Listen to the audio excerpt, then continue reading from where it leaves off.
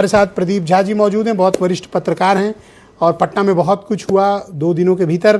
तो झा जी, हमारे दर्शकों को बताइए कि ऐसा क्या हुआ कि जो पुलिस कुछ भी कर देने पर आमादा थी, बिहार में AK-47 तक का इस्तेमाल हुआ, वो पुलिस रातों रात प्रेस नोट जारी कर रही है और उनकी भाषा ऐसी है कि हमने सब मुकदमे वापस ले लिए, सबको रिहा कर देंगे। ऐसा क्या हो गया बिहार में? इसमें 2-3 पक्ष है ब्रजेश जी। सबसे पहले तो मेरा मानना ऐसा है कि बिहार में जो, या बिहार ही नहीं, बिहार तो एक जिस प्रकार से जंतर मंतर का जो एपिसोड है उसी का एक अंग के रूप में बिहार में जो प्रतिक्रिया हुई उसको उसी रूप में देखना चाहिए।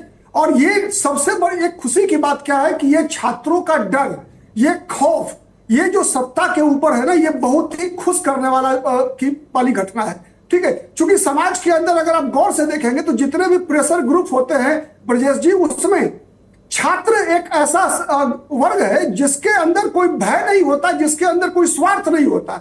इसीलिए कहा भी जाता है कि छात्र जब सड़क पर आते हैं तो कोई ना कोई परिवर्तन होता है। लेकिन दुर्भाग्य रहा है, एक चीज पर ध्यान रखने की आवश्यकता है कि 1974, चूंकि मैं पटना का रहने वाला हूं, बिहार, यहीं से 1974 का छात्र आंदोलन भी शुरुआत हुई थी।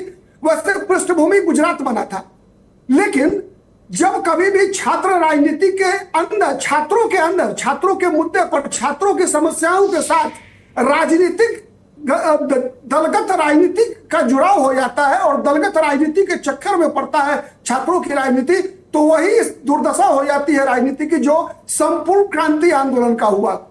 ब्रजेश जी, 1974 के आंदोलन के दौरान उससे प्रेरणा लेकर हम समझ सकते हैं इस विषय को, जो सवाल आपने किया है आज। चूंकि हर आंदोलन के दौरान देखेंगे आप कि आंदोलन में 2-3 प्रकार के लोग होते हैं। एक तो होते हैं रचनात्मक तरीके से आंदोलन के उद्देश्य की पूर्ति करने वाले लोग, दूसरा होता है कि आंदोलन का लाभ अपने निहित स्वार्थ के लिए उठाने वाले लोग। अगर किसी आंदोलन पर निहित स्वार्थी लोग अगर हावी होते हैं अगर, तो वो आंदोलन के अंदर, बिहार के आंदोलन को आप किस तरह से आकलन करते हैं? ये क्रिएटिव था, रचनात्मक था या फिर हिंसक था?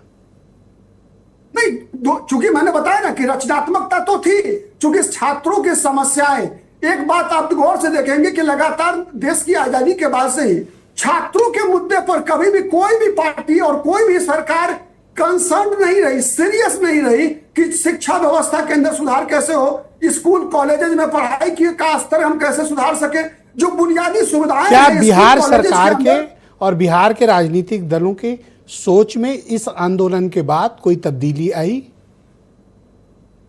नहीं, अगर आएगी तभी माना जाएगा ब्रजेश जी, जब इस आंदोलन में के अंदर जो दलगत राजनीति का खतरा जो आज दिख रहा है कि इस आंदोलन का उपयोग हर राजनीतिक दल, मैं किसी एक पॉलिटिकल पार्टी को दोष नहीं दे सकता, इंक्लूडिंग सत्ताधारी दल भी, हर दल इसमें अपने पार्टी के लिए राजनीतिक फायदा ढूंढ रहा है।